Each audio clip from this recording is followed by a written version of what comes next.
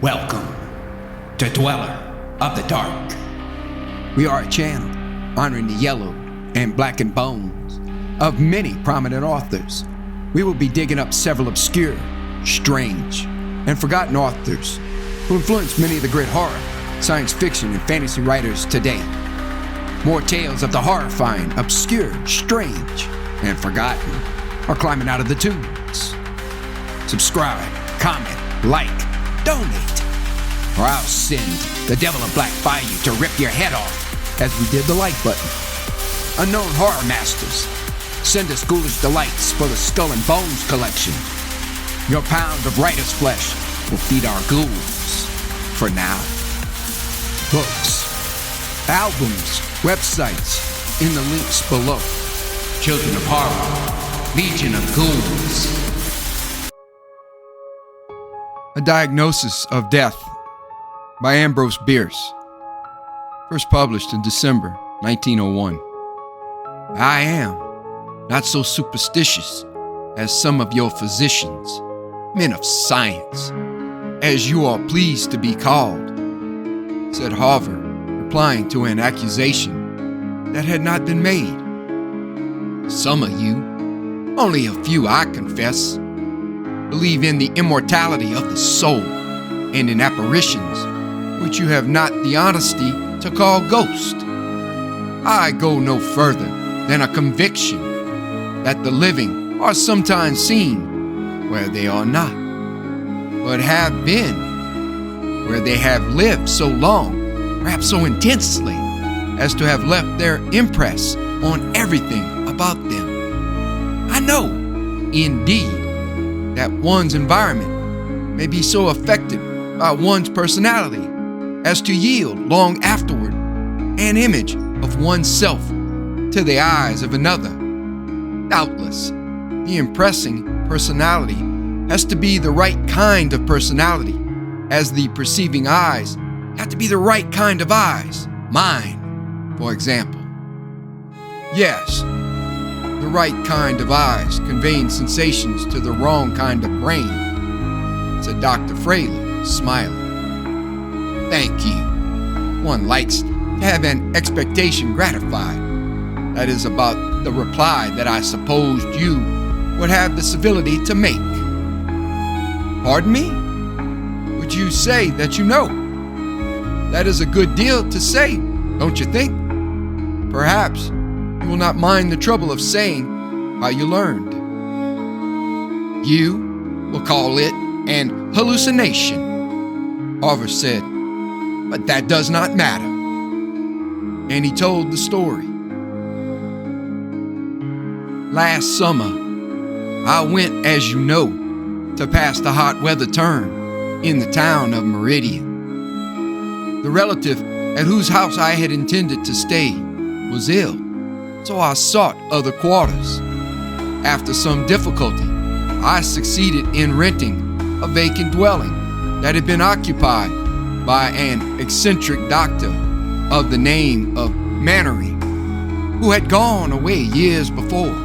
No one knew where, not even his agent. He had built the house himself and had lived in it with an old servant for about 10 years.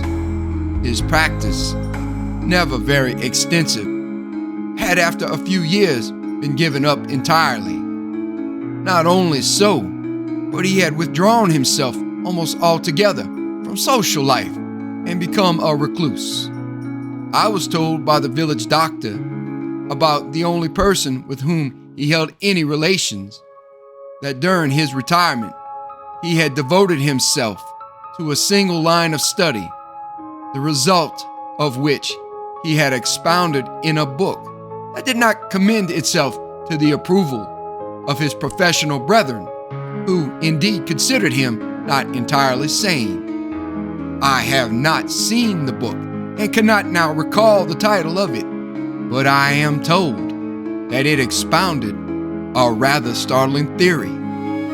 He held that it was possible, in the case of many a person in good health, to forecast his death with precision several months in advance of the event. The limit, I think, was 18 months.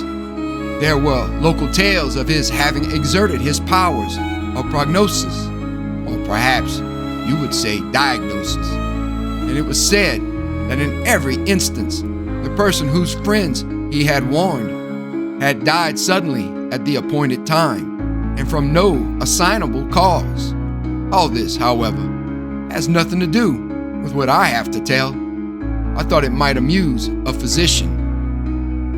The house was furnished, just as he had lived in it.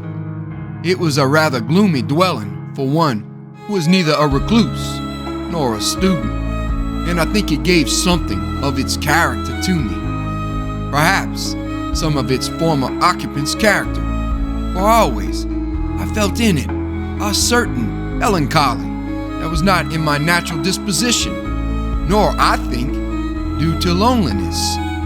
I had no servants that slept in the house, but I have always been, as you know, rather fond of my own society, being much addicted to reading, though little to study. Whatever was the cause, the effect was dejection and a sense of impending evil. This was especially so in Dr. Mannering's study, although that room was the lightest and most airy in the house. The doctor's life-size portrait in oil hung in that room and seemed completely to dominate it. There was nothing unusual in the picture. The man was evidently rather good-looking, about 50 years old, with iron gray hair, a smooth-shaven face, and dark, serious eyes. Something in the picture always drew and held my attention. The man's appearance became familiar to me and rather haunted me. One evening, I was passing through this room to my bedroom with the lamp. There is no gas in Meridian. I stopped as usual before the portrait, which seemed in the lamplight to have a new expression, not easily named, but distinctly uncanny. It interested but did not disturb me.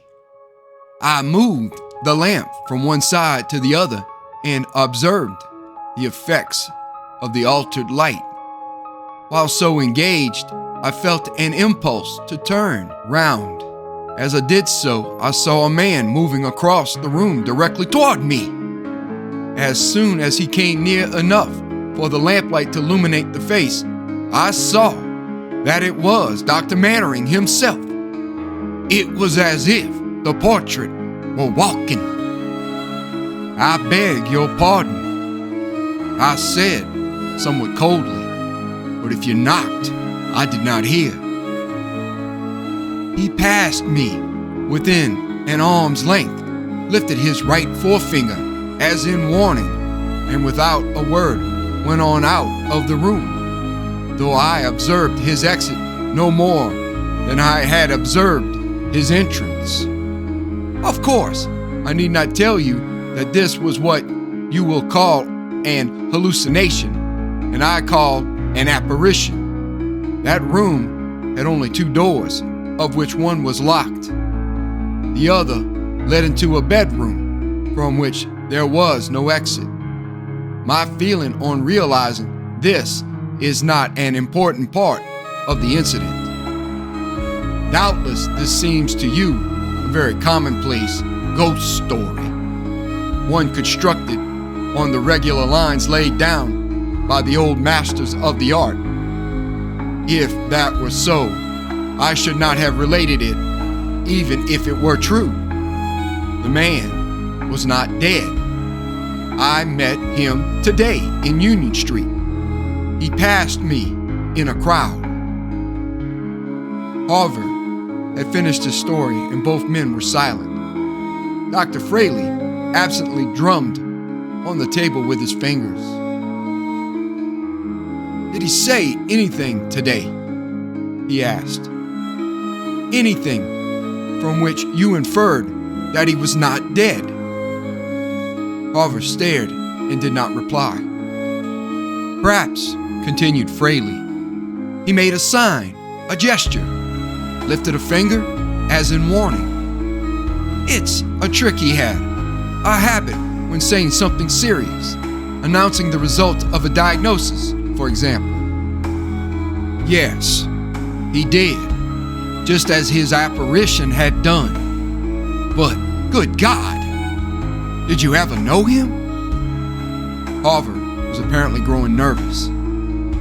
I knew him. I have read his book, as will every physician someday. It is one of the most striking and important of the century's contributions to medical science. Yes, I knew him. I attended him in an illness 3 years ago. He died. Harvard sprang from his chair, manifestly disturbed. He strode forward and back across the room, then approached his friend, and in a voice not altogether steady, said, "Doctor, have you anything to say to me as a physician?" "No, Harvard. You are the healthiest man I ever knew. As a friend, I advise you to go to your room. You play the violin like an angel. Play it. Play something light and lively. Get this cursed bad business off your mind." The next day, Harvard was found dead in his room, the violin at his neck, the bow upon the strings, his music open before him at Chopin's funeral march.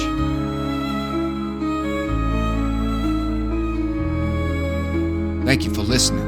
Have a great night.